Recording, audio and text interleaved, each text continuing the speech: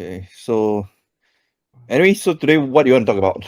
So we have a lot of things to talk about, but I think, well, 2022, 2023 started like Mm. 1 or 2 weeks ago already, so that's Yeah, past so we that. could do the So trend one or the what you brought up, right? The what's the red Andrew pill Tate, guy's name? Andrew Tate, Yeah, Andrew Tate. Yeah, red pill guy. So he's a red pill guy, is it? yeah. Yes. Okay. Right. So you want to just do both together or? Sure. Anyway, I'm not sure whether you've been following up, but on our channel we did post a lot of videos already. I A saw. lot of them. Right, it's about like startup failures, about all those. So we post like stories and all that, behind them. Mm. So my team is doing a decent job on that. I'm actively tracking it. Like I think we have started also on TikTok, if I'm not mistaken. Right. Twitter is a bit difficult. Twitter has been like randomly, same thing like Facebook ads, like randomly blocking accounts. I'm not sure why. Mm. And in fact, YouTube also has this like sudden ban also. Like happened to me quite often. Just create a new account, next day ban, like without any activity. Really? Yeah, then they say, Maybe because oh, there's no like your activity. yeah, but the irritating part is that like they are like, because they're so big, and their ticketing system, their support system is like shit, right? So you're not even sure whether there's an actual person behind that anyway. But Mm.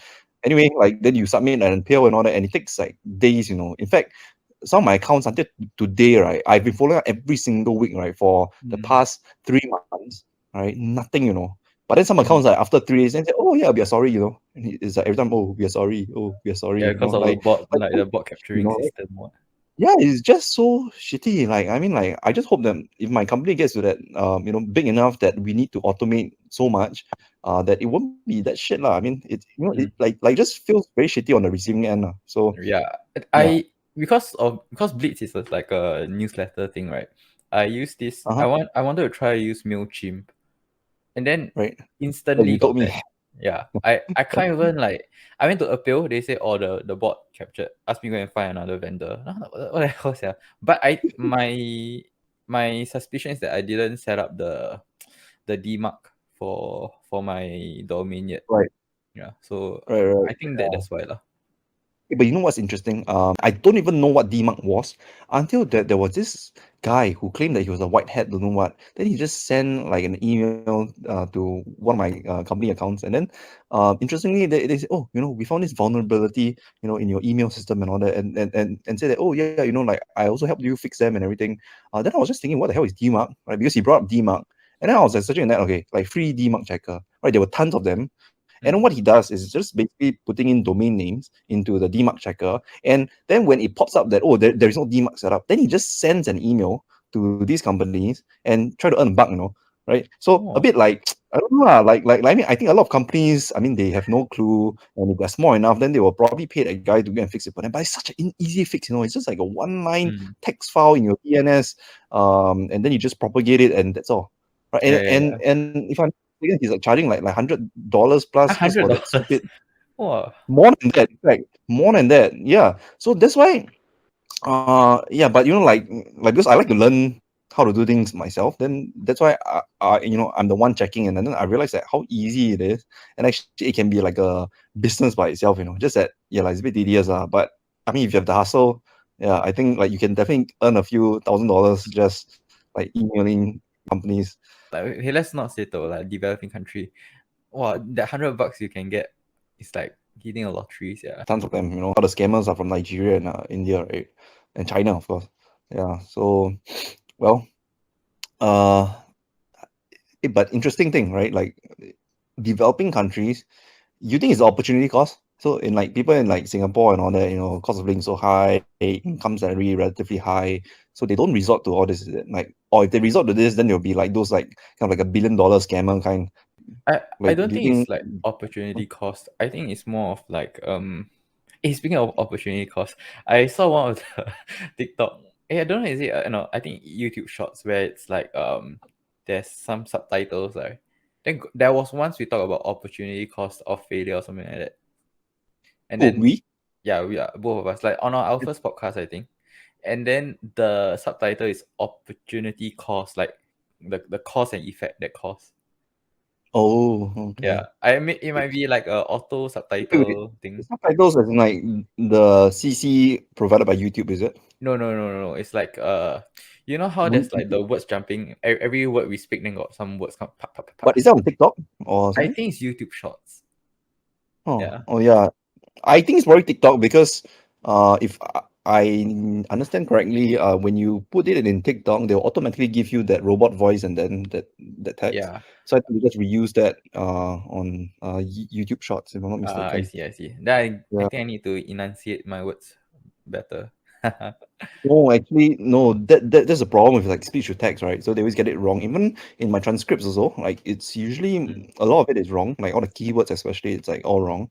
mm, But like because, like I always tell my team, like just focus on speed, right? Like it's like don't really care about the kind of like accuracy. the yeah accuracy or like the quality content Mm, in the form of like the like the visuals and the appeal and all that but mm, just focus on like the speed and the quantity because I think in today's world it's so easy to come up with like content and it's like getting cheaper, so there's like a flood of like content everywhere, and honestly speaking now people's attention are so short, right? That like they just don't really care about all these kind of things.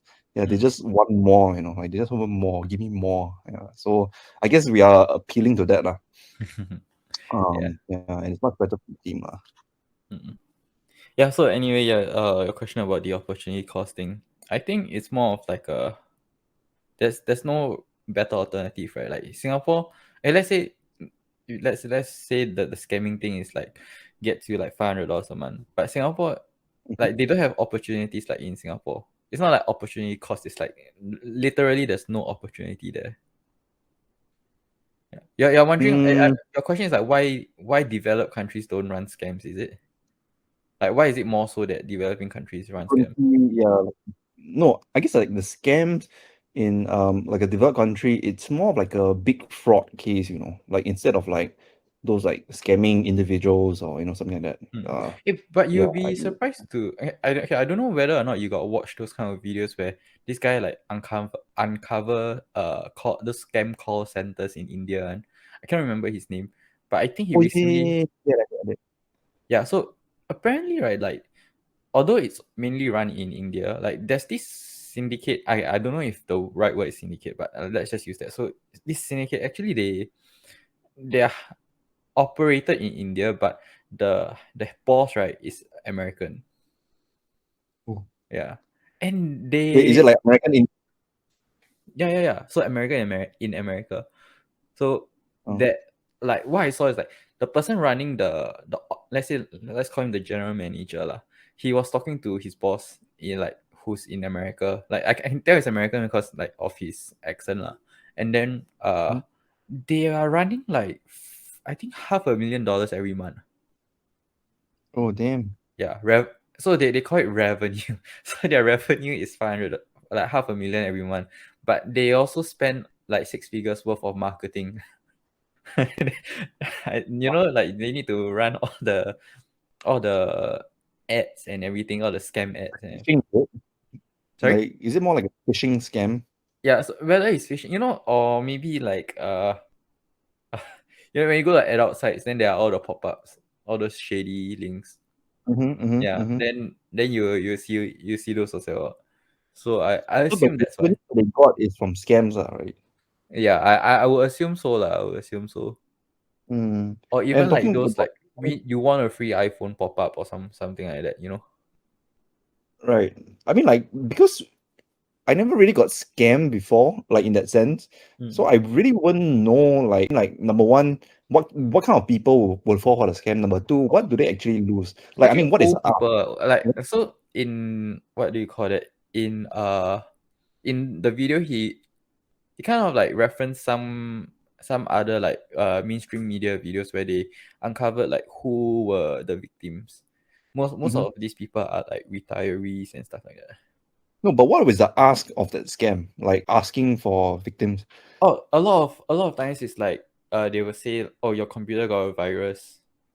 Right. and then they will say, oh, call this number now. Then that person will call, and then Right. then the Okay. person will be like, oh, I'm a Microsoft rep here to help you with like a support rep. So I need you to do XYZ. Then they go on like Team Viewer, and then just I'm not too sure if they put in a Hmm. Trojan horse file to access all your documents or what, but I'm sure I'm not too sure what exactly they do lah. But Right. there's like those Amazon gift card kind of scams like, as well. Wait, okay, like this thing about Amazon gift cards. So Amazon gift cards, when you buy it, can you redeem it for cash? Like, I mean, why is it always like Amazon gift cards, you know? I don't know if can redeem for cash, but Like, can't be like they just consolidate all the Amazon cards and they just go on a shopping spree on Amazon, right? Like, I mean, I don't think it's I am like, not too sure. Maybe they will get the card, right, the code, and then mm, they sell the code. right. So it's like a multi-step process before they can get the cash, lah. Yeah, so maybe the person asked like the victim to buy this gift card, then say don't claim it yet. Then afterwards they will just copy, like just basically they just buy it but don't claim, and then they will go on like say if it's in Singapore, then go on Carousel and sell Amazon gift cards at a discounted price. But to them it's Right. essentially free, right? Then So I'm just thinking, okay, so these people got scammed. On the other hand, the the second-hand market for gift cards benefits also. mm, So scammers benefits, the second-hand market for gift cards also benefits, at but the the expense of the victim, victim lah. yeah, Mm. is it a net benefit? I don't know. I mean, I don't know about benefit lah, but morally it's wrong lah. So It is, yeah, it is morally wrong, lah. oh See, anyway, yeah. yeah, like the victim does not profit. No, I mean like the victim loses. Number Mm. one, Amazon's profit, right? Scammers profit. Second-hand market for gift cards also profit. So morally is wrong, but economically, is it beneficial? I mean, you're distributing the victim's Sounds wealth, like it. though, right? Yeah. Okay, yeah, yeah, yeah. But this actually is a good introduction to what we want to talk about, right? So if you're talking about Andrew Tate, right? So it's all about like morals, values, and like he claims to be like a stoic, which I believe he is, right? Like a stoic mindset, leading like a virtuous life, and he has this very strong belief in like masculinity. There's a lot in like um, I won't say like I won't say like oppression of women or what, but I would say that his views on men uh in the relationship between man and woman is that the man should always be the dominating one. So that is his view.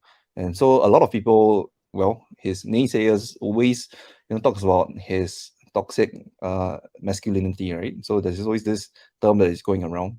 So I think he's like a very good example because I think his rise to his current status as well as his fame, his fortune, it all surrounds this theme, right, of like toxic masculinity, right? So his main business as of today, this is what I believe, right? He has a couple of businesses that he has publicly mentioned, one of which is a casino or a few casinos in Romania, and he also has like a so-called like a well borderline maybe even illegal, and now he is being charged, or like he may be charged for the alleged crimes of running like a illegal webcam business where he traffics women from across the world to work on his webcam business. So that's the second one. But the third one, and I believe like the newest one and like the most profitable one, is his Hustlers University, which is his online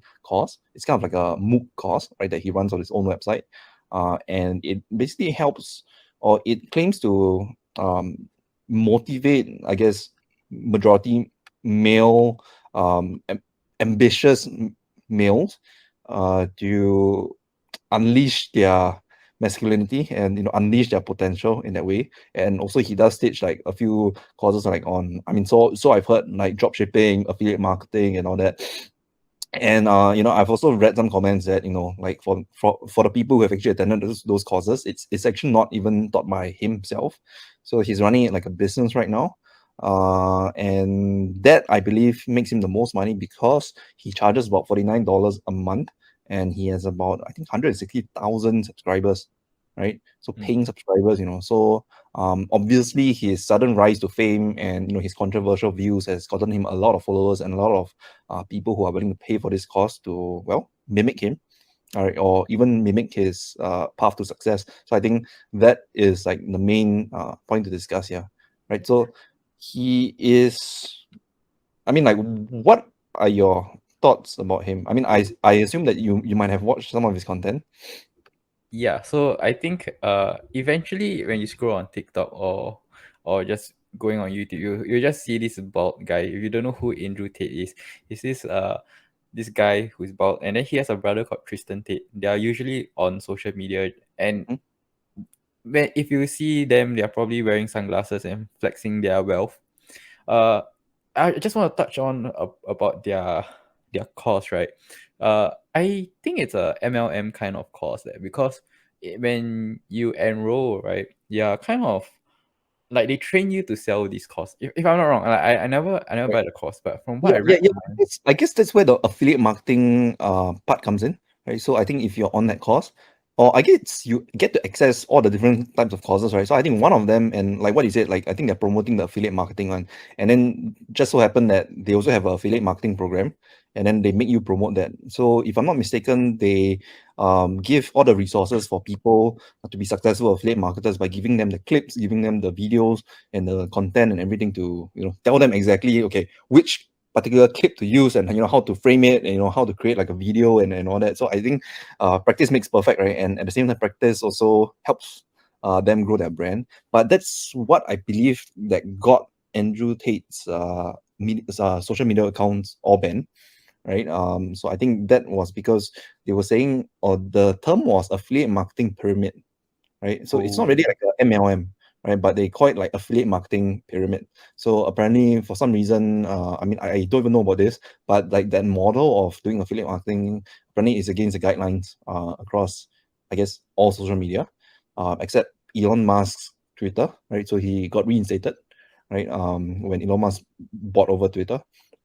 And I think that's the only platform that allows him to be there. But the thing is that he has so many followers, right? That they just keep reposting clips. There are channels just dedicated to his clips, and I think that's good enough. And he doesn't even need to be there himself, right? right. His followers will just do it for him, like the other Yeah, distribution. I think that's his power, right? Like he's such a big personality that it kind of like even if even when he was behind bars, right, you would see people speaking on his behalf. So when I'm on like YouTube, right, they have like this kind of community section and stuff like that. So when I'm scrolling on the uh my homepage, I'll see some posts talking about like, oh, this is what Andrew Tate said before he would blah, blah, blah, blah, like before he got arrested and stuff like that. It's like I was Yeah. wondering like how would this channel know, right? But it seems like there's this inner circle and stuff. If I'm working alone, I would just wear this. But if I would were to meet someone who I am not too familiar with, or I would want to create a better impression, I would probably wear a t-shirt.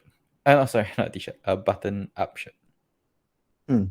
So like that lah. I'm not too right. sure, but yeah, just touching back on the toxic masculinity.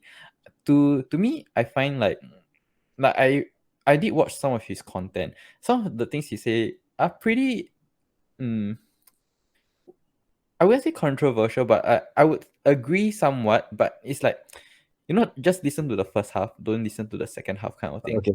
Yeah. Maybe Yeah. he gives very good advice on certain things, and just very very specifically like this. I think there was this one clip about he this is pretty controversial lah. I think he said something like, or he would provide protection and like protection, comfort, and all that stuff, like for his partner, right? And then what he expect his partner to do is to like keep keep his house nice or something like that lah. Or like make him breakfast or something, make him coffee. I think Okay. his example was he expects his girlfriend to make 2 cups of coffee, uh Okay. although he only drinks one, and that's just to prove a point that he can tell her what to do. And he was saying like, I can do that because when we are in the streets and if anything happens, like he's the one that will take responsibility. So Right. like what I say, like you can only like listen like half of it, right? So for what I took out of it is like, yeah, like kind of as a guy, you just be like protective of your, not like your partner, but it's like, your just your things in general lah. Like let's say national service, you kind of be protective of like your country and stuff like that lah. Well, I guess it's like I wanted to say that if he's like less douchey, he looks less douchey. Like I mean, like like the stereotypical way of what a douchey person would look like, right? Like, if it's not like that, then he wouldn't be so controversial. But well, it's already proven wrong because like you have people like Jordan Peterson also, right? He's this or he was this like professor in like psychology, pretty well known now for his all his like YouTube clips and all his like free lessons. And people also claim that naysayers claim that he's promoting like toxic masculinity as well, right? I think well, he definitely does not look douchey, right? He's an intellectual, right? He speaks very fluently and very precise in terms of what he says, and it's all very well structured, right? He's a very good public speaker, and he gets his point very like very well across, and it all has logic, like the step by step logic, and he does not. And similarly to Andrew Tate, right? He does not um, get shy in like having like a live debate, right, over certain issues, right? So I would say that it's not about how Andrew Tate looks, right? And maybe I would say to a certain degree that whatever he says, yeah, it's a little bit more direct, it's a little bit more harsh, right? And the examples that you give is pretty controversial in a way, right? That most people may not agree with him, right? But I guess he speaks his mind, right? Like he's true to himself, right? That's what he actually believes. And the examples he give, I guess, is a little bit extreme in most cases. But I would say that, like what you say, like most of what he say actually does make sense, or people actually know it's true. Maybe they just don't want to admit that it's true in front of their friends, family, and people in general. But I think deep down inside, they know that, yeah, actually, whatever you say, it's pretty small, like pretty spot on. And well, so a lot of people want to want to agree with him, but I guess the way it comes out and the way that people would perceive, a person on whether they adopt the same kind of beliefs and thoughts, right? When it comes into play, then people would then disagree with him. And of course, like his background, and I don't know, like well, Jordan Peterson does not have flashy cars, right? He does not have like illegal web camera businesses and all that, but people still hate him, like people still really hate him. So I'm just thinking, is it worth it or not, right? Like for a person like Andrew Tate, to go out there. In fact, right before all his fame and everything, he already had a plan, right, on how he want to get rich and everything. He tried, kickboxing, and I believe he was like a world champion in like a certain league or something like that, right? And his brother was as well. But I guess he figured out that he could not make a lot of money, and he had actually the potential and the ambition to make a lot of money. So I guess he was like looking for all means and ways to make a lot of money, and he was leveraging on, I guess, his brashness, right, his personality, which is actually a very outgoing person. He's definitely like a full-fledged extrovert, right? So Oh, this actually, guy, no, wait. I consume enough content to know that I think he's an introvert. is an introvert, Yeah, really. he doesn't like hanging out with people. And shit, man, I mean, I didn't eat the red pill. Just a disclaimer. Like Hmm. I just like I just happened to consume his content, and I think he said something like when his fans like kind of want to take photos with him and stuff like that, he will always look very uncomfortable. It's just because he's just not comfortable with it or something like that. Actually, I'm not sure because there are some videos I did see where he was smiling in front of the cameras with people. uh I don't know, man. Like, so I okay, sorry to like interrupt this, but do you think it's all an act? Okay, so here's the thing, right? Part of what I see, what I observe, and if you really dig down into his like well his they call it like his lieutenants, right? Which are these two girls, one from Romania. I believe they're both Romanians, if I'm not mistaken. One girl is a personal assistant of Andrew Tate. The other girl is a personal assistant of Tristan Tate. I might be wrong on this, but there are definitely two girls, and they are the two girls, the same two girls that got arrested with them as of today, right? So they are all in detention. Four of them are all in detention. The other two are girls, right? So if he's promoting all this like so-called masculinity, if he's saying that, oh, like I, make my partners or my girlfriends or whatsoever make 2 cups, and just to prove a point on that, I'm just wondering, for those two girls that are working very closely with him, right, and they trust each other like 100%, right? Are they there simply because they are fine with it? They agree with his statements. They, agree with his style of living, or do they know that this is just an act, right? That this is the way that they are supposed to make money. Because what I do know is that these two girls, they are alleged to also run this webcam operation, right? They are also part of getting or like allegedly, like trafficking women across, to work in those illegal businesses of them. So I'm not sure, like, well, their Instagrams are actually public. I visit their Instagrams, like of these two girls. They seem to be enjoying the lifestyle that it brings, right? So Mm. they post pictures of their cars and their properties where they go on vacation, and they seem to be enjoying themselves. But I'm not sure whether it's on act, simply because Andrew Tate seems like a person that he is a very virtuous person, where he believes in, like, courage, bravery, telling the truth, speaking his mind and everything. So for a person like that, right, if that is true, right, if assuming that that is true, he will not be able to sustain this front, right, for very long, right, because it's going to be against him, right? He would not feel comfortable in his own skin, right, if that were true, right? But at the same time, if his focus is just building his empire, right, his main focus is like getting as much wealth as possible and doing what he can, anything possible, anything, again, illegal or not, just going through, which actually his businesses are borderline that, I would say, right? Then, well, everything could be a front, right? Everything just could be just not him, right? He might be a different person off camera, right? So that may be possible, but because it's just very hard to tell, right? Like with a person like this, right? He is definitely very intelligent, right? He's definitely very sharp, right? And he's definitely very trained in terms of speaking, in terms of well, if you view his clips from like way back, right, when like cameras were still like blurry and everything, he and his brothers, after their kickboxing phase in life, they actually went on to do reality TV, right? Oh, So really?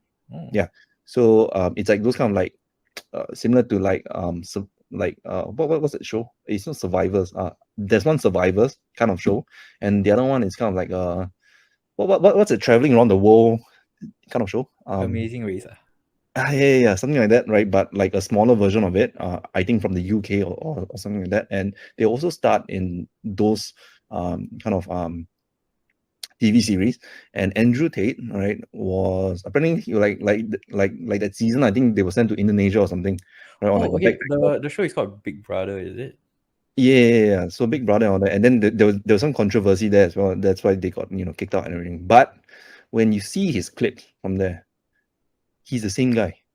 He's Mm. exactly the same guy. Maybe now he's a bit more polished, but he's exactly the same. Right now he looks like more well kept and everything, but it's exactly the same. The way he talks, the way he thinks, it's literally all the same. So he was already a good speaker back then already, and he could communicate very well, and he was already like borderline controversial already. So I'm just thinking that there is no way for someone to put up front all the way until now. It's just like Mm. it's possible, but the probability is like so low. Right. Like you feel so uncomfortable in your whole skin for like half your life, right? Which I don't think, well, I don't think anyone would want to do that, lah, right? That's true. Lah. I mean, if you are really putting on the act, like it's quite hard to maintain like all these three businesses with that kind of is synonymous with his character. You know what I'm saying? A lot of money, and he had actually the potential and the ambition to make a lot of money. So I guess he was like looking for all means and ways to make a lot of money, and he was leveraging on, I guess, his brashness, right? His personality, which is actually a very outgoing person. He's definitely like a full-fledged extrovert, right? So Oh, this actually, guy, no, wait. I consume enough content to know that I think he's an introvert. is an introvert, Yeah, really. he doesn't like hanging out with people. And shit, man, I didn't eat the red pill. Just a disclaimer. Like Hmm. I just happened to consume his content, and I think he said something like when his fans like kind of want to take photos with him and stuff like that, he always look very uncomfortable. It's just because he's just not comfortable with it or something like that. Actually, I'm not sure because there are some videos I did see where he was smiling in front of the cameras with people. Uh, I don't know, man. Like, so I okay. Sorry to like interrupt this, but do you think it's all an act? Okay, so here's the thing, right? Part of what I see, what I observe, and if you really dig down into his like well his they call it like his lieutenants, right? Which are these two girls, one from Romania. I believe they're both Romanians, if I'm not mistaken.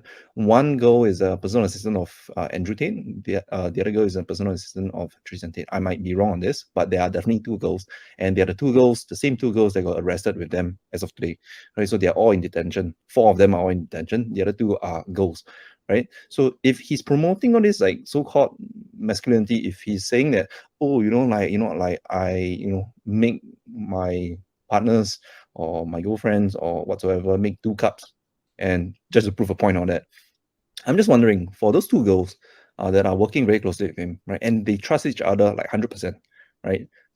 Are they there simply because they are fine with it? They agree with his statements. They, agree with his style of living, or do they know that this is just an act, right? That this is the way that they are supposed to make money. Because what I do know is that these two girls, they are alleged to also run this webcam operation, right? They are also part of getting or like allegedly, like trafficking women across, to work in those illegal businesses of them. So I'm not sure, like, well, their Instagrams are actually public.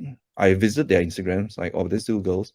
They seem to be enjoying the lifestyle that it brings, right? So Mm. they post pictures of their cars and their, properties where they go on vacation, and they seem to be enjoying themselves. But I'm not sure whether it's on act simply because Andrew Tate seems like a person that he is a very virtuous person where he believes in like courage, bravery, telling the truth, speaking his mind and everything. So for a person like that, right, if that is true, right, if assuming that that is true, he will not be able to sustain this front, right, for very long, right, because it's going to be against him, right. He would not feel comfortable in his own skin, right, if that were true, right. But at the same time, if his focus is just building his empire, right, his main focus is like getting as much wealth as possible and doing what he can, anything possible, anything again, illegal or not, just going through, which actually his businesses are borderline that, I would say, right? Then, well, everything could be a front, right? Everything just could be just not him, right? He might be a different person off camera, right? So that may be possible, but because it's just very hard to tell, right? Like with a person like this, right? He is definitely very intelligent, right? He's definitely very sharp, right? And he's definitely very trained in terms of speaking, in terms of well, if you view his clips from like way back, right, when like cameras were still like blurry and everything, he and his brothers, after their kickboxing phase in life, they actually went on to do reality TV, right? Oh, really? So Oh, yeah, so it's like those kind of like similar to like what's that show? It's not Survivors. There's one Survivors kind of show, and the other one is kind of like what's it, traveling around the world kind of show. Amazing Race. Ah. Yeah, something like that, right? But like a smaller version of it. I think from the UK or something like that. And they also start in those kind of TV series. And Andrew Tate, right, was apparently he like that season. I think they were sent to Indonesia or something, right, on like Oh, a okay. backpack. The show is called Big Brother, is it? Yeah. So Big Brother and all that, and then there was some controversy there as well. That's why they got kicked out and everything. But when you see his clips from there, he's the same guy. He's Mm. exactly the same guy. maybe now he's a bit more polished, but he's exactly the same. Right now, he looks like more well kept and everything, but it's exactly the same. The way he talks, the way he thinks, it's literally all the same. So he was already a good speaker back then already, and he could communicate very well, and he was already like borderline controversial already. So I'm just thinking that there is no way for someone to put up front all the way until now. It's just like Mm. it's possible, but the probability is like so low. Right. Like you feel so uncomfortable in your whole skin for like half your life, right? Which I don't think, well, I don't think anyone would want to do that, lah, right? That's true, lah. I mean, if you are really putting on the act, like it's quite hard to maintain like all these three businesses with that kind of is synonymous with his character. You know what I'm saying? Synonymous with his character, right? So like gambling, like webcam, like some sham online courses and all that. So I think, well, it's yeah, pretty much in line with what he's doing. And but to be honest, right, like I do think that he's helpful in certain ways, right? For very ambitious people, right? When you hear him speak, you do get a sense of or like a jolt of motivation sometimes, right? Like of a person that he's so strong, right? Like a very strong-minded person, right? I Mm. think that provides a certain type of figure, right, for a lot of ambitious people who may not come from a background with, like that shows and promotes ambitiousness, right? Mm. So I think no way, or maybe not no way, but even in Singapore, if there's such a person like that, they will probably not be in Singapore anymore, right? Right. So I would think that, especially in Southeast Asia, right, for most of our viewers, right, they don't grow up in that kind of environment, right? Asians are typically very shy, right? Typically very toned down, right? They do not want to be the sore thumb sticking out usually, right? And I guess these people, you wouldn't describe them as ambitious, right? So I think for him, and the internet being so open, for him to show himself as this kind of person, I think it does provide inspiration for some people, and it could be a useful thing, right? Mm. I wouldn't say that it's like completely bollocks and like well, it's distributing more harm than good, right? But I'll say that it does provide good to people who actually need it at that point of time, Mm. right? I They need to feel that or to get an ego boost, right? They need to get like some people are so like uncertain that they need some form of assurance or some form of like hard strong mentor like Tony Robbins, like all those like kind of like loudspeakers, right? Like right. say you do it and you're getting everyone to like do it with him and all that. That's a different kind, but I'll say that I'll classify them on the same level. What attributes? Okay, so besides his misogynistic post, right? Like what you mentioned, things about like working out and exercising, starting your day, right? Those kinds of posts that he posts, those kind of content that he posts, I agree that it's pretty useful, and I attribute it to, I think, his prior profession, which is kickboxing. I come from finance, so I know that in what do you call it? In the finance industry, a lot of people like to go kickboxing. I don't know why boxing in finance go so like so well hand in hand. And when I talk about finance, I am talking about like trading stuff, trading and basically like the front office investment banking. I feel like people with that kind of alpha mentality, that kind of sigma male mindset, kind of falls in that category. And I think that athleticism, it kind of brings out the best performance in business as well. Mm, So whether or not like be it being able to think fast and think critically, also being able to like just go through the motion and just push through the dirt. I think it's like his prior what do you call it experience as a kickboxer probably hones in that kind of mentality for him, which as you said, he's so good in portraying and like conveying this message. And whatever you felt, right, like about being motivated hearing him speak, I feel that, yeah, I mean, it's not just him, right? I'm sure you have seen clips of like say Kobe Bryant, the things mhm. he talk about, like how hard he works. It kind of like brings out the same spirit. So it's just it's like the same food but different flavor, right? Andrew Tate adds in a little bit of controversy here and there, a bit of personality, but the Black Mamba, Kobe Bryant, the GOAT, RIP, he kind of he's like the good boy, or like Kobe Bryant is like the nice mentor, and so is Tony Robbins, right? Tony Robbins is like the wholesome guy, but all of those like kind of brings out the best in you in a certain way. Andrew Tate, I don't know. I mean, arguably, some people would say that those people that have eaten the red pill, and then also like amongst like his circle of like influence, right? Like the same, like you talk about Jordan Peterson, and also Mhm. how about I just want to ask about who's that other guy, Ben Shapiro? What do Mm. you think?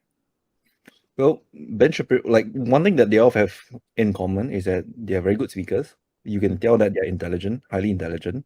They have already matured their train of thought, and they have already reached a level of certain is the word like virtuousness, like What attributes? Okay, so besides his misogynistic post, right?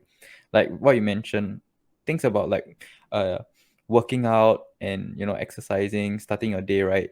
Those kinds of posts that he posts, those kind of content that he posts, I agree that it's pretty useful, and I attribute it to, I think, his prior profession, which is kickboxing.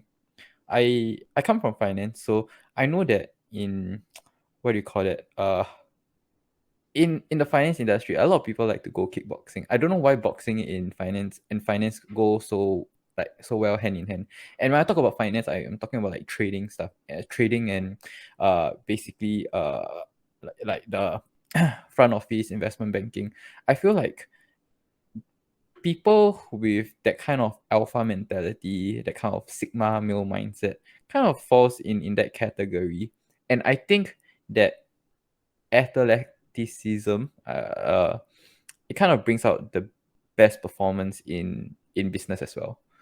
mm, So whether or not like be it being able to think fast and think critically, also being able to like just go through the motion and just push through the dirt. I think it's like his prior what do you call it, experience as a kickboxer probably hones in that kind of mentality for him, which as you said, he's so good in portraying and like conveying this message. And whatever you felt, right, like about being motivated hearing him speak, I feel that, yeah, I mean, it's not just him, right? I'm sure you have seen clips of like say Kobe Bryant, the things mhm, he talk about, like how hard he works.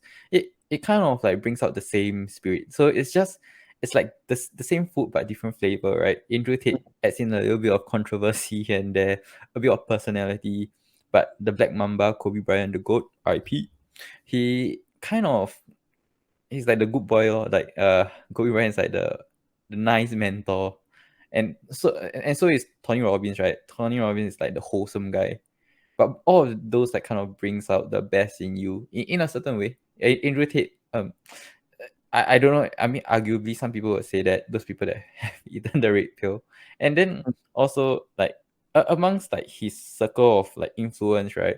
Like the same, like you talk about Jordan Peterson, and also mhm, how about I just want to ask about who's that other guy, Ben Shapiro? What do mm. you think? Well, Ben Shapiro, like one thing that they all have in common is that they are very good speakers. You can tell that they're intelligent, highly intelligent. They have already matured their train of thought, and they have already reached a level of certain is the word like virtuousness, like What attributes? Okay, so besides his misogynistic post, right? Like what you mentioned, things about like working out and exercising, starting your day, right? Those kinds of posts that he posts, those kind of content that he posts, I agree that it's pretty useful, and I attribute it to, I think, his prior profession, which is kickboxing. I come from finance, so I know that in what do you call it? In the finance industry, a lot of people like to go kickboxing. I don't know why boxing in finance go like so well hand in hand. And when I talk about finance, I am talking about like trading stuff, trading and basically like the front office investment banking. I feel like people with that kind of alpha mentality, that kind of sigma male mindset, kind of falls in that category. And I think that athleticism, it kind of brings out the best performance in business as well. Mm. So whether or not like be it being able to think fast and think critically, also being able to like just go through the motion and just push through the dirt. I think it's like his prior what do you call it experience as a kickboxer probably hones in that kind of mentality for him, which as you said he's so good in portraying and like conveying this message. And whatever you felt right like about being motivated hearing him speak, I feel that yeah, I mean it's not just him, right? I'm sure you have seen clips of like say Kobe Bryant, the things Mm-hmm. he talk about like how hard he works. It kind of like brings out the same spirit. So it's like the same food but different flavor, right? Andrew Tate adds in a little bit of controversy here and there, a bit of personality, but the Black Mamba, Kobe Bryant, the GOAT, RIP, he kind of he's like the good boy, or like Kobe Bryant is like the nice mentor, and so is Tony Robbins, right? Tony Robbins is like the wholesome guy, but all of those like kind of brings out the best in you in a certain way. Andrew Tate, I don't know. I mean, arguably, some people would say that those people that have eaten the red pill, and then also like amongst like his circle of like influence, right? Like the same like you talk about Jordan Peterson, and also how about I just want to ask about who's that other guy? Ben Shapiro. What do Mm. you think? Ben Shapiro, like one thing that they all have in common is that they are very good speakers. You can tell that they're intelligent, highly intelligent. They have already matured their train of thought, and they have already reached a level of certain is the word like virtuousness, like virtuous, and they are very hardcore in their beliefs. They're very well, they have very strong beliefs. Let's just put it that way, right? And they are very stubborn. All right, Mm, stubborn in a way maybe because they feel that they are really enlightened, right? And they have really found themselves, right? They are very adamant on their beliefs, and they know, to them, they know that it's right, or for the greater good, it's right to think that way, right? So I don't think any one of them has any ill intentions. I think all of them, they are very ambitious people with the motive to um, perceive like they're helping humankind. Like they want to have this lasting impact on as many people as possible, and that's through the influence of their speeches, right? That's through the influence of their thoughts, their beliefs, right? So I think there is a certain power element that is tied to that, right? When you feel like you are able to influence like, the masses and to gain like a huge following, that is itself is power itself, right? So I think all these people, they are definitely ambitious people. Ben Shapiro, well, a lot of them, they have, well, they're always all controversial, right? So that's one theme, right? They're all controversial, but they talk about different things, right? But when you hear them speak, um, well, part of you, like what you say, like, first half agree with it, second half maybe you disagree.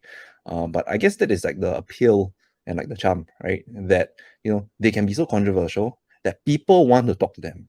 People want to get their attention, right? Those naysayers, they even want to get their attention. So I guess, well, like if we put this in the perspective of running like a successful B2C business, right? You do need to get people's attention also. So is this the way to go, right? If you want to build a brand, I'm not just even talking about personal branding, I'm talking also about building a brand for your organization, about your company and all that. Is this the way to go? To be controversial, to have very strong views, and to make claims that may not even be statistically or scientifically right? But to just push your claims there, right? Like Donald Trump, right? He's like a very good example. He just says what he wants. He has like, oh, like I know this better than anyone else. Like like he knows everything better than everyone else. mm, So yeah, like I think over exaggeration and everything, it does get the attention. And in fact, nowadays, honestly, lah, like I mean, social media has evolved into like a very quick content, like very fickle-minded, very like surface level kind of way to disseminate surface level information, and people are attracted to that, right? Mm. So give the masses what they want, right? People want Donald Trump. Why? Because Donald Trump can get the crowd blood pumping, like he's a very interesting, funny person. You hate him or you love him, you will watch him. So I think that is like the main appeal, and why I find it so interesting, right? That these people they are able to sustain that level of attention in people that don't even know about them, people that don't even agree with their views, everything, but they are able to sustain it either in the form of entertainment. Mm. In fact, talking about entertainment, I recently have been very entertained about videos of like some of what we call Zoom bombers, right? So Zoom bombers. yeah, so there can be like a public Zoom call of like people in like a meditation retreat, people in like therapy session, people talking about business calls and all that, and then some high school going guy, right, will take clips of Andrew Tate, right, and then raise his hand and then unmute himself and then play a clip of like Andrew Tate, right, like they can be talking like some meditation and all that, and then you see like a random clip of like Andrew Tate, like cursing and swearing at like the host and everything, and yeah, it's just like taking clips and then just chopping it up, right, and then just sending out like a message. And I don't know, like I just find it very like amusing, like it's like a super troll, right? But I Mm. just find it very amusing, and I actually got like very good laughs from that. But I'm not like condoning it or anything, right? But I'm just saying that it's entertaining. So that's Mm. the point, right? Like having all this and being so entertaining, people will want to repost you. People will want to support you. Right. Dan Blazarian, right? Same guy, like very very similar traits. Mm. Not so well spoken in terms of sharing life values, although he has written books about his life and all that. But I wouldn't say that he's so focused on helping people achieve their potential or something like right. So Dan Blazarian is like, oh, I got guns, I got goals. Check out my law, check out But my I heard health. it's all a front there. I heard, and the last I like read about him, I think it's like he no money one, or something like that. It's not that he has no money, it's that his father has a lot of money stashed somewhere that well, apparently like the US government tried to get back because it's like kind of like a, I wouldn't say fraud case, but I guess like the SEC, right, Mm. is like has jailed his father like I think once or twice if I'm not mistaken, Mm. for like either a pump and dump scheme or something like that, right? Uh, So he has like, if I'm not mistaken, like at least about 50 million, right, somewhere. Probably he has invested that amount and probably has generated even more. And I guess then Blazarian has been the benefactor of that. mm. And yeah, his empire, or like he's trying to build his empire through this vape product called Ignite, right? So it's his own product. I guess he got a few shareholders, and Ignite for one point of the time almost went bankrupt or something like that, right? Mm. They're spending like huge ton of money on all this lifestyle expenses Right. that you see on his Instagram, right? So I wouldn't say that he's a very good example in terms of like sustaining that, because if people hate him, people hate him. Why? Because he's not really sharing his views, like his extreme views or anything. He's Uh, just showing his lifestyle, yeah, like that's true. so so I feel that that way is not the most optimal to get a lot of support, right? Good and bad support, Mm. right? People will just not follow him on Instagram. He's not everywhere promoting his beliefs and everything, right? He's just there showing off people his lifestyle most of the Mm. time, right? So I feel that if you want to promote like a business or like a brand or your own personal brand, don't follow Dan Bilzerian's way because it's just too bloody expensive, right? Mm, You that's don't need true. money to get there, honestly. Ben Shapiro, Jordan Peterson, right? They are very good examples of people who do not need to spend a lot of money to get there, right? Maybe you follow, Andrew Tate, the Tate brothers.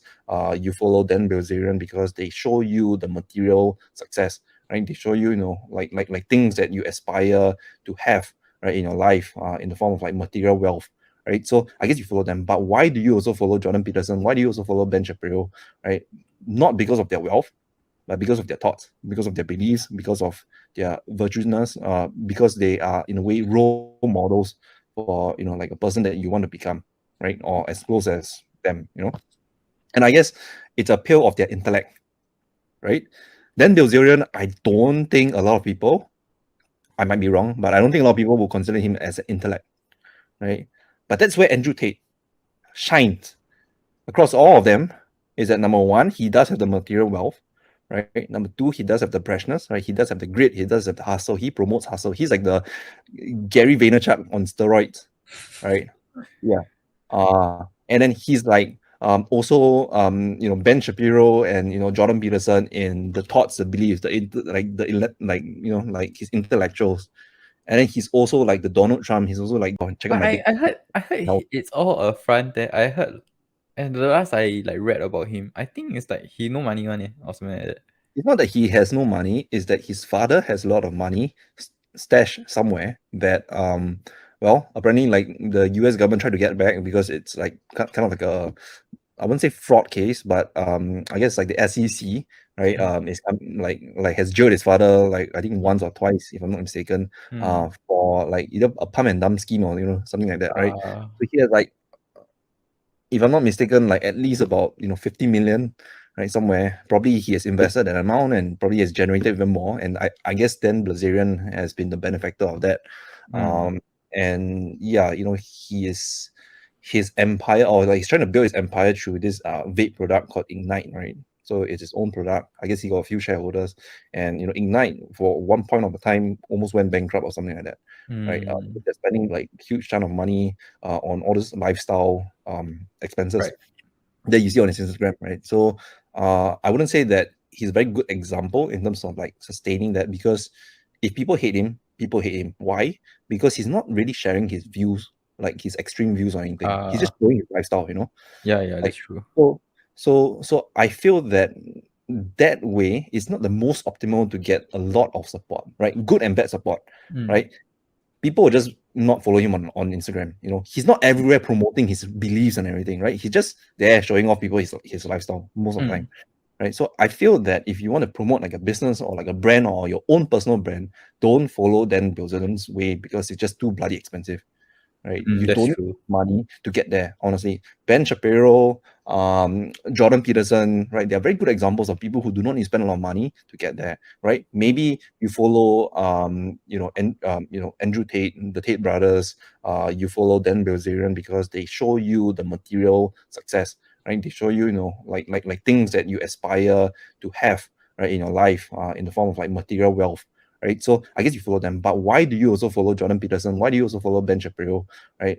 Not because of their wealth, but because of their thoughts, because of their beliefs, because of their virtuousness, because they are in a way role models for like a person that you want to become, right? Or as close as them. And I guess it's a pill of their intellect, right? Then Bilzerian, I don't think a lot of people, I might be wrong, but I don't think a lot of people will consider him as an intellect, right? But that's where Andrew Tate shines across all of them. Is that number one, he does have the material wealth, right? Number two, he does have the brashness, right? He does have the grit, he does have the hustle, he promotes hustle. He's like the Gary Vaynerchuk on steroids, right? Yeah. And then he's like Ben Shapiro and Jordan Peterson in the thoughts, the beliefs, like his intellectuals. And then he's also like the Donald Trump. He's also like the Dan Bilzerian of the material success, material wealth side. He's every one of them. That's why I feel that his meteoric rise is because that he's a combination of every um, person out there that has a huge prominence, or like every male personality that has a huge the Dan Bilzerian of the material success, material wealth side. He's every one of them. That's why I feel that his meteoric rise is because that he's a combination of every um, person out there that has a huge prominence, or like every male personality that has a huge I'm working alone, I would just wear this. But if I were to meet someone who I am not too familiar with, or I would want to create a better impression, I would probably wear a t-shirt. No, sorry, not a t-shirt, a button-up shirt. So right, like the Rock, super fit, super bulky guy, always promoting great hustle, great hustle. Maybe not the most intellectual guy, but he definitely shows consistency, right? Mm. Um, Andrew Tate also has that. That Andrew Tate, like the Tate brothers, they are spot on, right? Either they have already orchestrated it in such a way that they know what people follow, how to get the media views, how to get attention, that they encompass all these different traits of all these different male personalities, and they become that, like they just become that pinnacle of everything, that is, well, their formula of success, and I think it really worked. And that's really what I want to focus on, right? Not about his webcam businesses. I mean, there are so many ways to like make money as well, not casinos and all that, right? There are so many other ways, but I'm just saying that I admire them, what they have become, like honestly, I read that about them, and I think that's like real power. Although now, some people, it's not real power, because why? They are in jail, right? So if you got real power, you should not be in jail, right? But well, I think, I don't know, like this case that they are in is a bit complicated. Romania, I don't think is like the best place for no corruption in terms of like the judicial system and everything like that. In fact, they confiscated their cars, which I don't think is right. I mean, it's a private property, right? So you can't just confiscate someone's cars. And right now, they're not charged with anything yet, right? So their trial is still, so I don't think it's right. Yeah, I guess like the authorities were put under pressure by the media, by I guess like the US agency side and all that, and then they had to take some action, right? But I don't think whatever they did is right. To prevent them from escaping, yeah, maybe so. I would agree that that's what you need to do: detain them. And I guess someone smart enough realized the power and of the influence of Andrew Tate and like his acquaintances, his brother, that they knew that if they let him and his brother go, right, after a short while, 24 hours, they would still wield the same power, and they will propagate, like all this controversial stuff, and even help them gain even more power. So what they did was extended the duration of their jail time, which just so happened crossover New Year. Oh. It crossed over New Year. I'm not sure whether Christmas, right? But New Year definitely Wait, crosses they're over. still in detention. Yeah, because they extended for 30 days. Right? They were supposed to be out. Oh. They were supposed to be out after 24 hours. You see, even after 30 days, right, his power, I would say it got smaller. Right? His influence definitely got smaller. Right? His followers also questioned, will I still want to pay for his cost? Right? After 1 month. Because 30 days is 1 month. Right? He has payroll to make. Right? He got to pay his security, he got to pay his lawyers, he got to pay all that. Right? And all these people, I'm sure at the point of time, even his followers will question themselves. Right? Do I still want to continue either subscribing to his cause? Right? Do I still want to continue promoting him? Right? Do I know the outcome of his case? It causes uncertainty and doubt in his in his influence sphere, right? And it does really affect his current standing, I feel, right? That he lost a bit of power because of that, because that he was in jail for too long. Right? So what I'm hearing now is that there's an opportunity to be the next Andrew Tate. Someone out there can take his place. Yeah, someone out there can definitely take his place, and I feel that in time there'll be a lot of people like that, because a lot of people will mimic. Say that Andrew Tate's father, right? He was a grandmaster in chess. Right? He was actually a grandmaster in chess, and he was well known for, I guess, his brashness in a certain way as well. But he's not a physical, athletic guy, from my understanding. Right? He's not like a kickboxer or anything like that. But he shines in chess, right? In international level chess. So I'm just thinking that he's coming from a background like that. He has that inspirational role model from the very start, right? And then his parents got divorced, right? His mom went to UK, etc., and all that, and then they got split, and that's the last time that I guess they spent a lot of time in the debt. And I guess that's where the hard times for him came along. And this is what I always believe, right? Until today, and this is what I always tell people, that and it's related to why there's always this saying, right? Some people claim that it's a Chinese saying that wealth does not last for 3 generations, or it does not last more than 3 generations, right? And what I believe, and then there's this English version, which is there is cycle, right? Where in good times, right, it creates weak men, or they just call it men, right, or people, right, men. And weak men create hard times. Hard times create strong men.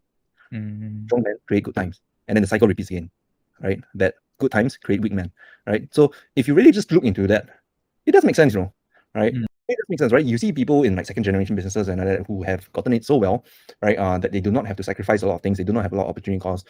They do not have to really bite the bullet and go through some things. They do not need to have a lot of ambition, because certain things are handed down to them. Wealth is handed down to them. Opportunities are handed down to them, and all that. And I've seen it through my social circle as well, that this does happen, right? That if times are so good, right, for you, you tend not to be so ambitious, or you tend to feel a bit defeated. Even if you're an ambitious person, you feel very defeated, because there is no way they can outshine the previous generation's success, right? Oh, If your father, honestly, your father was a billionaire, what chances do you have? Right? Because being a billionaire is a lot to do with luck. It's a lot to do with the right conditions. A lot to do with a lot of like nice alignments of stars, right? For you to get there, that Mm. level of wealth, right? Even Andrew Tate is not a billionaire. He claims to almost be a billionaire, but I don't think he's like very near that at all, right? A lot of people claim to be like billionaires, also hustlers, right? Even Gary Vaynerchuk is not a billionaire. Right? He's Mm. like the most outspoken guy, Grant like Grant Cardone also. He's not a billionaire yet. He claims to be one, but I don't think so. Right? With all the debts that he has in real estate, yeah. So I don't think a lot of people, right, can get to the level of billionaire. Not even Gary Vaynerchuk, Gary freaking Vaynerchuk, right, the most outspoken guy, right, always talking about success, money, grit, hustle. He's not even like a billionaire, right? I'm not dissing him. I'm not downplaying his effort or his success, but I'm just saying, right, that if your father is a billionaire, right, if your previous generation was a were billionaires, they make their own money. How are you, um, who has not been put through the fire and would never will, uh, reach that stage? Like the probability is just so low. Then you feel very defeated. You feel that there is this invisible glass ceiling, right? Mm. You will Right, never and ever outshine always your think, master yes, in a sense. you will still be the shadow. Mm. Like, oh, your father, right? This is whose son, right? This is whose daughter. They will never say that. Oh, you are you. Like Mm. this is you. This is that person. They say, oh yeah, like and everything and all that, and that helps people get to certain places. But I think in terms of your own personal ambition and your own personal ego, I very much doubt that it will inflate it. In fact, it will probably deflate it. Like even more if you're really that ambitious, Mm. right? If you're really Actually, that I think that's true, and you see that in sports as well, right? Like LeBron with Bronny Jr. and then with Michael Schumacher with Mick Schumacher in F1. Like Mhm. yeah, I find like they have a lot like they have very big shoes to fill in a sense. Right. Yeah, they're very big shoes to fill, and which is why I think because business usually is all about like monetary sense, right? Like the measure of success for a business is monetary value, right? Yes. So your valuation or your profits, yeah, but usually it's just valuation, right? How much you're worth, what's your net worth?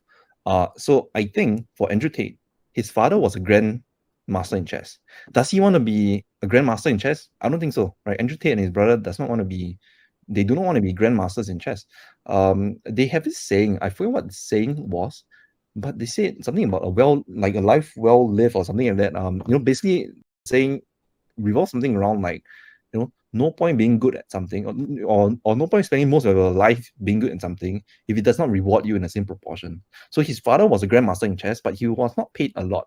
He was making ends meet most of the time. Like Mm. he put in so much time to be damn good at this game, but he's not good in the game of life. That's what Andrew Tate probably meant, right? Right. So he has a different approach that he wants to be as successful as his dad, right? He wants to be recognized. He's not more recognized than his dad, but he wants to be successful in life in general, Mm. to have enough resources and everything, his material wealth and everything, but yet be virtuous as well as a person, right? So I think he, through this too, right, he then gained this influence, his power, right, and he managed to influence people, which I think is like so interesting, right? Because if back to the example of your previous generation being billionaires, right? If you are already stuck at the second generation, you have things to take over, you have responsibilities. In fact, it's not about other things. It's about your responsibility, right? Your first generation is probably going to want to make you take over the business, right? Because of what they built, right? Their like their legacy. They wouldn't want to say that, oh, okay, after my generation, then I'll just sell everything. Like it's like effort wasted. Yeah. That's To them, true. I think it's like, yeah, it's like feels so shitty, right? Like imagine like you build a business your whole life, then your son or your daughter doesn't want to take over, right? So I think the interest is misaligned. In terms of the recipe for success is also misaligned. But I would say that there's one character that really surprises me and is really interesting. I'm not sure whether it's the front, but it does interest me. Like to find out even more. The Sultan of Brunei, right? He's one of his son from his second wife, I believe. I know his Instagram handle, but I don't know his name. Sultan of Brunei, son. He has a few sons, but he has this son, quite good looking guy, right? Abdul Mateen, right? His name is Abdul Mateen. Okay. Uh, so that's the son, Abdul Mateen. That when you see him, right, he is a very macho person, right? He portrays masculinity, right? He portrays um this vibe of like a high class person with ambition and grit, right? And he portrays fairness. He does not portray greed. That's interesting, right? Because when you look at like the sultans of Brunei, of Johor, for example, well, both father and son portrays greed, like they are, very plump. They don't really take care of their Wait, health. greed as in like GREED, Yeah, not greed, GRIT. Okay. yeah, greed. Yeah. Okay. So, they, like they portray greed, right? So they have a lot of cars and all that, and blah blah blah. But this son, right, of his is very interesting. He does not Mm. flaunt his wealth, right? He flaunts his achievements. He flaunts um, very virtuous uh, things, like him going through, if I'm not mistaken, special forces training, and all that. And he's a very active military personnel, right? Right. Yeah. So his father is like the general, and now he's like the captain and all that. His older brother, I guess, is some general as well, or something like that, right? But he does not jump the rank, or I believe that he chooses not to jump ranks, right, because he wants to earn it. Right. That's what I see, right? I'm not sure whether that is like 100% true, or is he using this as a front because he knows that he will gain more support from people in Brunei, from citizens in Brunei, because he seems like a very righteous person, right? Or so it seems, right? He does and like indulge in like career stuff, obviously, right? If you're coming from that kind of family, you have no choice but to indulge in like luxurious stuff. So he has helicopters to take him places. The thing is that he doesn't show his cars, right? I'm sure that he Mm. likes cars, he likes moving fast and everything like that, but he doesn't really show that. He doesn't really focus on that. He focus on him, right? Looking sharp, Right. looking like he's doing something good, following his fathers on diplomatic trips, which none of his brothers does it, right? Mm. And it's good that he's also in a way good looking as well. He maintains his appeal, right? So I think, Sorry, I just went to his Instagram. His third photo is a pic of a Ferrari. right, Ferrari is it? Yeah, but it's a Let me. vintage one. It's a vintage Oh, right, Ferrari. right, yeah, yeah, yeah. So vintage Ferrari. But if you know his father, oh my God, like his father has like 50, or I don't know how many Rolls Royce, right? He has like Ooh. plane and everything like that. He has one of the most cars in the world. Mm. Yeah, Okay, that's yeah. true lah. I mean, throughout all of these photos, there's only like I've been scrolling since I started speaking. I don't see any other cars. It's all about his contribution in the military. Right. So like you like can see that he's just like very macho person that you want him to be the leader of your country, Yeah, that's true. That's true. right? If you can find a Instagram profile of his brothers, I I bet you it's gonna be so different. I have not personally seen the Instagram of his brothers, but I bet you it's gonna be so different. So Prince Mm. Abdul Malik is still alive. Prince Azim of Brunei has died like a few years ago. So maybe Prince Malik has an Instagram. I don't think so, right? But I guess Prince Malik is the older brother, I guess from the first wife or something like that. Hmm. But he's not as, how to say, like he's not as like he just doesn't seem like, well, if you get to choose between Abdul Mateen and Abdul Malik, I think most people will choose Abdul Mateen, right? Although I guess Abdul Malik is like front in line, right, to take over the throne. Mm. And he's already put in like diplomatic positions already that Abdul Mateen has not been put into positions, right?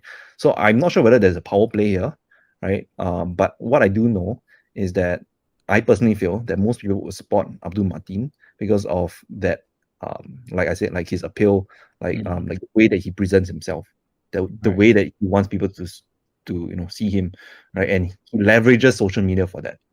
Yeah, but I mean, we say as if like it's a competition, but basically, I think holistically, the family is portraying very well lah. Like the I royal don't think family. it's a competition because they don't share the same mother. Uh. Right? So you look at like Saudi Arabia, so many families, so many Sauds, right? They're all Sauds, Mm. but you get brothers throwing brothers in prison. Like you get brothers that you get them taking away power and everything. So it's a very complicated structure. If you have wealth, if you have fame, if you have royalty, it's all complicated, 100%. Mm. Right? So I do think that there may be some complications within that. I'm not sure whether there's a real power play to begin with, but what I do know is that when you are a virtuous person, when you show people that you have the grit, that you have the discipline, right? Mm. That you do things that people think that is courageous, Mm. you will be on top for sure, Mm. right? And it helps that if you can speak, and it helps that if you are good looking, right? It definitely helps, That's right? true. Andrew Tate is not like the most good looking guy, but he can speak, right? Mm. Jordan Peterson, he's not the most good looking guy, but he can dress, he can speak, right? He bothers to dress up. In fact, he always says that men should always dress up. That's what he Clean always their says, room. right? Yeah. He also dress up, pretty well, and then he speaks damn well, right? Abdul Mateen, he does not really speak, but he portrays his image very well, right? Mm. So I think you can see this common theme, right? That people tend to respect, people tend to follow, people tend to admire, or if even if they don't admire you, they hate you, right? They are jealous, they're envious, or they just simply just hate you, right, for what you are, who you are. They will still give you the attention. That is, I believe, the recipe for creating a successful image, no Mm. matter what. Okay, So so maybe let me ask a question about this. Now, if let's say we talk about image, like say you're going to take a business call, would you be wearing a t-shirt, or would you put ah, on? so good question. So I'm not sure whether you notice and the audience have noticed, but I always wear very simple t-shirts. And in fact, these are military grade t-shirts, right? Army, right? So this is from like a simple military when you can buy it at like the authorized military shops. And the reason why I wear this, it's not because I support like the military or what, but honestly, like the cotton here, oh, I'm not sure what material is this. It's so damn good, Like this Right. dry fit is like a best, lightest dry fit. And ST like ST Engineering, I believe are the ones that manufacture this shirt. They put in so much money, so much R&D and everything to make sure that your dry fit t-shirt for like the personnel, it's so comfortable and it's so light that it suits this like environment that we are in, tropical, right? So Mm. that's the only reason why I wear it. And it's like damn cheap. It's like $5, $5, right? Right. For a very good quality. In fact, the best quality, I must say. Like arguably the best quality Mm. t-shirt I can find. And If also, I we must say that we do get credits from the government to buy more of this as well. I don't think because this is not standard issue. This is not Okay. this is kind of like a gift shop, kind of Mm. Okay. Okay. but it's from ST Engineering. It's not from some third party manufacturer or what. But if I was given a choice, I would rather remove all this, fonts and just make it plain. If the thing is that when it comes to the question, like in terms of image, sometimes I just like feeling comfortable, but maybe my motivations to be that like the extreme or like to follow like the most efficient path to being a successful image. I don't think I have that such a strong ambition, right? That's why I don't go out of the way to portray myself like that, like in a business meeting or whatsoever. Right. Myself, like I think I would actually put on a shirt if I would take a call from a client. And that I don't just think, like I do it like in my previous job. And I because like because of like this podcast being a little bit more laid back, so that's why I just put on like a normal t-shirt from Wait, Isaac, Uniqlo. hold on. Just continue speaking. Let me. For myself, as I was saying, I would only be wearing very basic t-shirts. A basic okay I adopt the what's that the whole tech founder thing about like having like a wardrobe of all the same shirts. Basically, this t-shirt, every Singaporean guy would know. It's the Uniqlo. I can't remember what's the name. The oversized tee. I have, I think, 10 of these in my wardrobe, and that's all I wear. If you see me outside, I'll probably be wearing this color because I have 7 of these colors. A white one, I think I have like 3, and I have pink ones, and like basically just this. And we were talking about plus they're so cheap. Like I think less than $20. 14, is it? I can't remember the price, but yeah, it's super cheap. Basically, more of like you are dressing for the occasion, and then you get into the mood of things.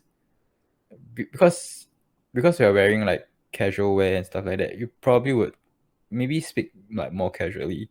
But if you're wearing slightly formal, you would probably not run your mouth as much. Just think before you speak.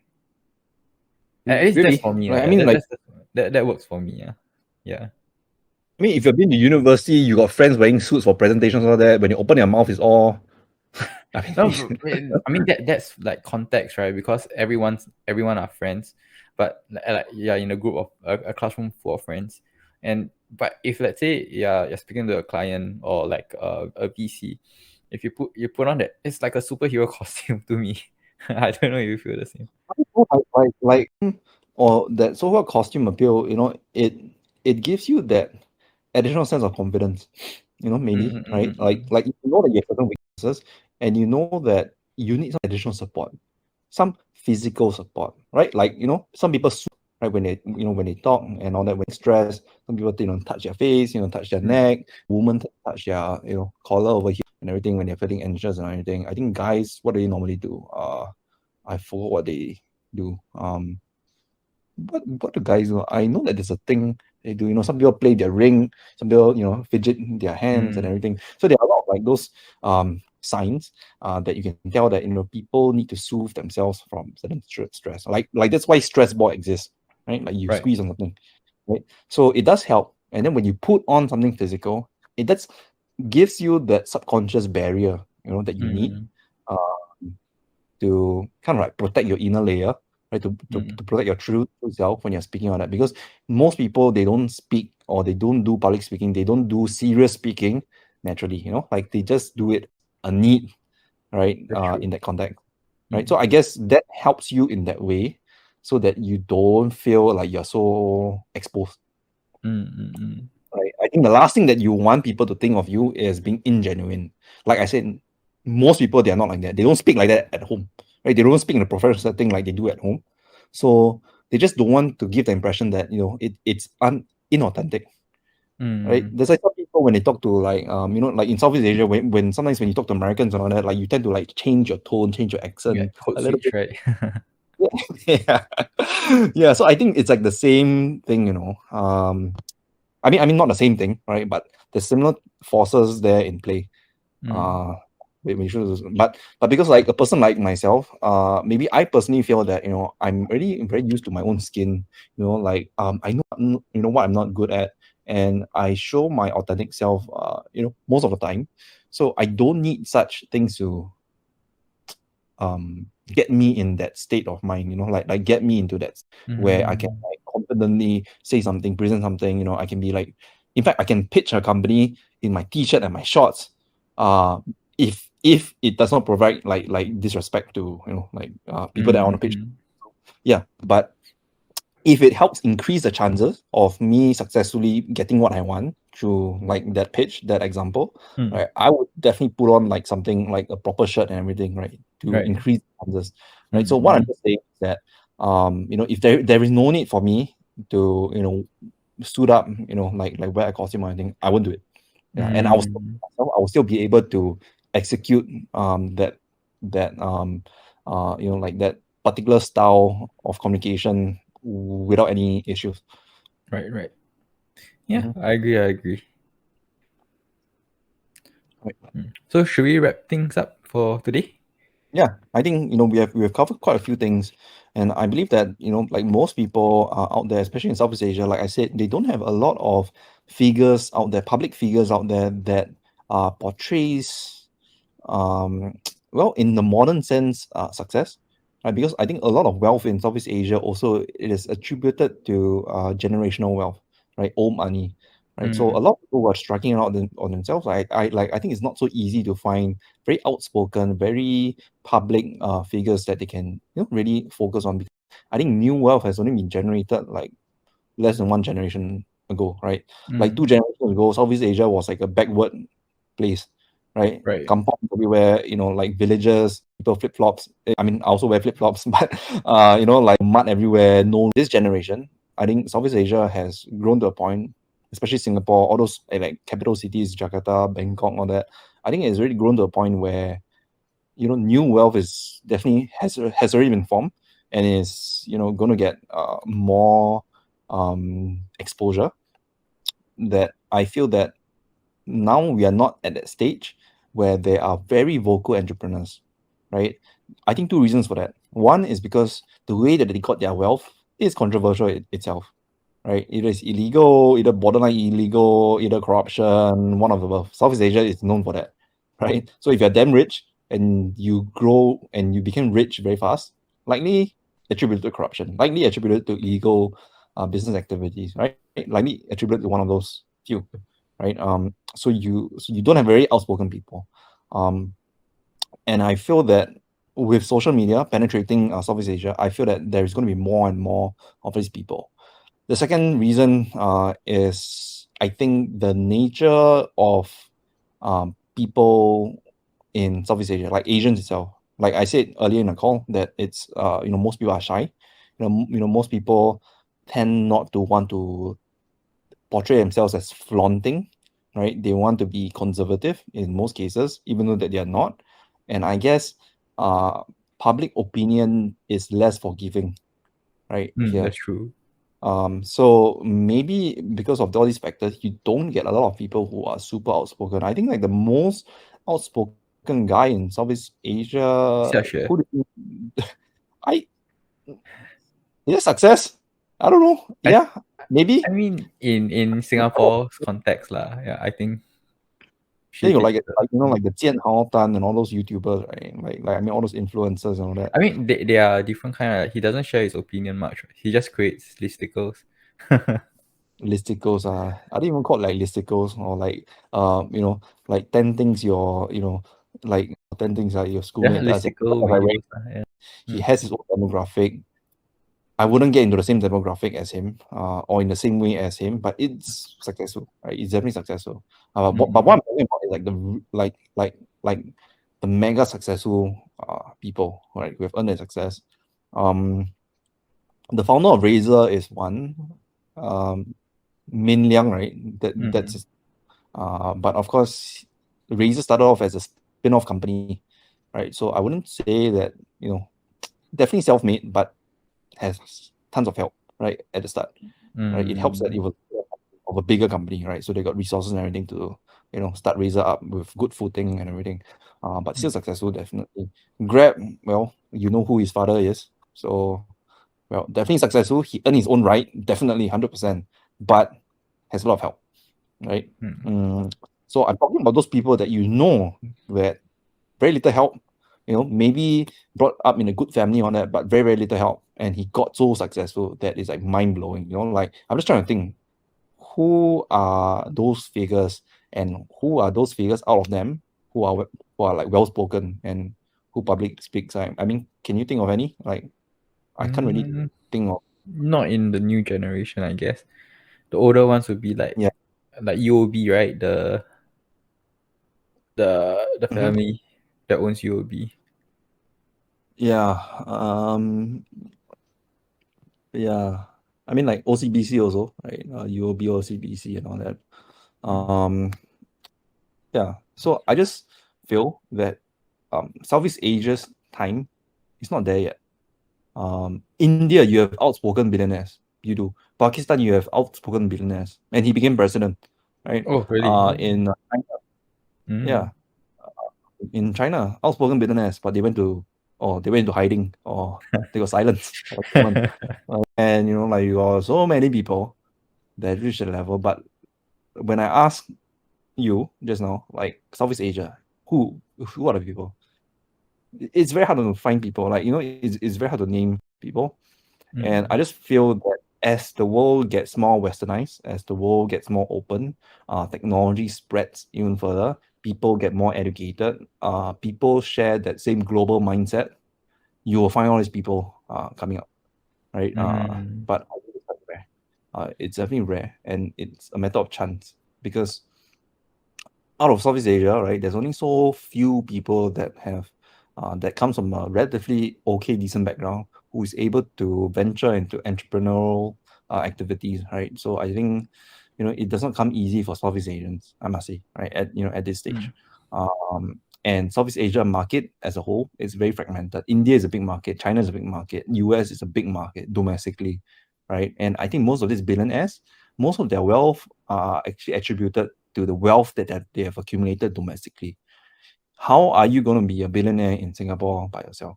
No way, right? Singaporeans are so stingy, right? So they won't spend everything. So Singaporeans cannot contribute to you reaching like billionaire status. Definitely, Mm. right? The time for, you know, like I mean, like those high cost capital requirement ventures like property development, all that, I think it's long over already. It's already dominated by old money already. So Mm-hmm. now for the new people, software, I feel that that is like the largest enabler. I also feel that media, uh, content, right? I think that in Southeast Asia is has the biggest potential to make someone a billionaire, without coming from wealth itself, or without coming from a place that you can access easy capital. That's true. Yeah. That's true. So I feel that when Southeast Asia embraces that more forward-thinking, Western, open-mindedness approach, the and the so-called like the societal impression of taking risk taking, I do feel that there will be more of these people upfront. And also, it does help that if interest rates in Southeast Asia is low, Singapore is relatively low, Malaysia is relatively low, but when you're talking about other countries like Indonesia, it's damn high, right? It's like Mm. many percentage points higher. Like housing loan right now is about 7 to 9% Wow. from yeah, per month, per year. So yeah, so when all this cost comes down, and when people actually get to explore their talents and everything, and would dare to come up front and show people what they're doing, I feel that you have all these new minted, hopefully billionaires, right? That serves as an inspiration to like future generations of entrepreneurs and stuff. Mm-hmm. I Yeah, know that they will hopefully come that up day comes. 20 years. Yeah, Instead of those billionaires just coming to Singapore. right. Billionaires coming from Singapore or second generation became billionaires, right? Like Mm. Anthony, right? Yeah. So yeah, I just hope to see one day, Mm-hmm. because I guess that would serve as the person who made the impossible possible, that everyone thinks that it's worthwhile to follow that path. Right. Yeah. And obviously, I hope that the market size expands also, because it's be so damn difficult. I think I shared before that I think that Uber's operation, the way Uber makes money, is so much easier than Grab. Grab needs to be a super app. Grab needs to be this. Grab needs to be that. Do finance. Do Uber. Grab Eat. Grab Food. All these seven services, and it earn a fraction of what Uber earns in US. It's just sad, like just sad. Like can you imagine how many countries are they operating in? Right, 50 over, 60 over cities, or something like that. So many different languages, so many teams that they need to like so Mm. much effort to put into that, and they earn a revenue a fraction of what Uber earns, or Airbnb even, right? Like what the hell? Mm. Like it's like tough work, like super tough work. In Southeast Asia. Yeah, it's definitely low. I enjoy that. I personally enjoy that, right? I mean, like when you talk about Southeast Asia, let's just exclude Singapore, lah. Like Singapore is Mm. just like cost of living is at least 2 times lower. Mm. That's a fact. So, if we talk about Southeast Asia, I enjoy that, right? Like I enjoy the low cost of living coming from a country that has a similar cost of living to that of New York, maybe slightly lower than that, Paris, all those developed Western countries, but with limited opportunities. Yeah. Mm-hmm. But I think as Singaporeans, if I'm talking and speaking for Singaporean entrepreneurs, I believe that the only way that they can reach a level of success and wealth is that if they venture out. They venture out of Singapore from a small little domestic. I mean, domestic market is like minuscule. It's just like what, like 5 million people out of 5 million, only 3.5 million Singaporeans, and out of 3.5 million Singaporeans, a lot of them are suffering. Right? I mean, like they don't have a lot of discretionary spending power. So yeah, so get out of Singapore, right? If you're not earning a salary, yeah. So just get out of Singapore, and just venture out. That would be my advice for Singaporean entrepreneurs. For those entrepreneurs in other countries like Vietnam, Indonesia, or that, they already have an advantage already over Singaporeans, for That's sure. true. Yeah. And if they get the same level of education and like the same level of like international, kind of like global view, right? A global perspective, like what I guess I'm not sure whether most or some Singaporeans have, right? They'll just blow it out of a park, right, in their own countries, really, because Mm. 270 million people in Indonesia, right? Whatever shitty business you have, you just close your eye, you throw, right? And you can at least get 100 customers at least. Right? It Mm. can be like the business on earth, right? Honestly, like most unethical business or whatever, like just doesn't make sense. You just close your eyes and just throw, right? At least 100 people will just say yes, right? And then they'll pay you money. Yeah. So I think that's a advantage that they have over Singaporeans, to be very honest. Mm. Right. Okay, so I guess that concludes our podcast for this week Right. or this So session. final thoughts on Andrew Tate. What is your best bet on how um how this whole situation in that Andrew Tate has gotten himself in would play out? For me, I'm a bystander, so I just want to consume the drama as it unfolds. Do you But support as him or do a you sorry, do you support him? I mean in general, do you mostly support him or do you mostly not support him? uh, well, it's very hard to say. I don't think I have a clear stand on him. I Like 50 or like 60-40, I guess it's more of like a 40-60. It's like I kind of lean towards not really liking him, like the things mm, that he say, but like I can see his appeal lah. But I like as a what do you call that, consumer, like just scrolling TikTok and stuff, like yeah, I like him a lot lah. But his mm, act I mean his takes and everything, like being a supporter of him, not too sure. I just mm. enjoy the drama. All right. Okay. Yeah. Anyway, it's been a great call. And I'm sure a lot of people would be able to learn something from this. So stay tuned for the next episode of the podcast, and I'll see you on the other side. Bye.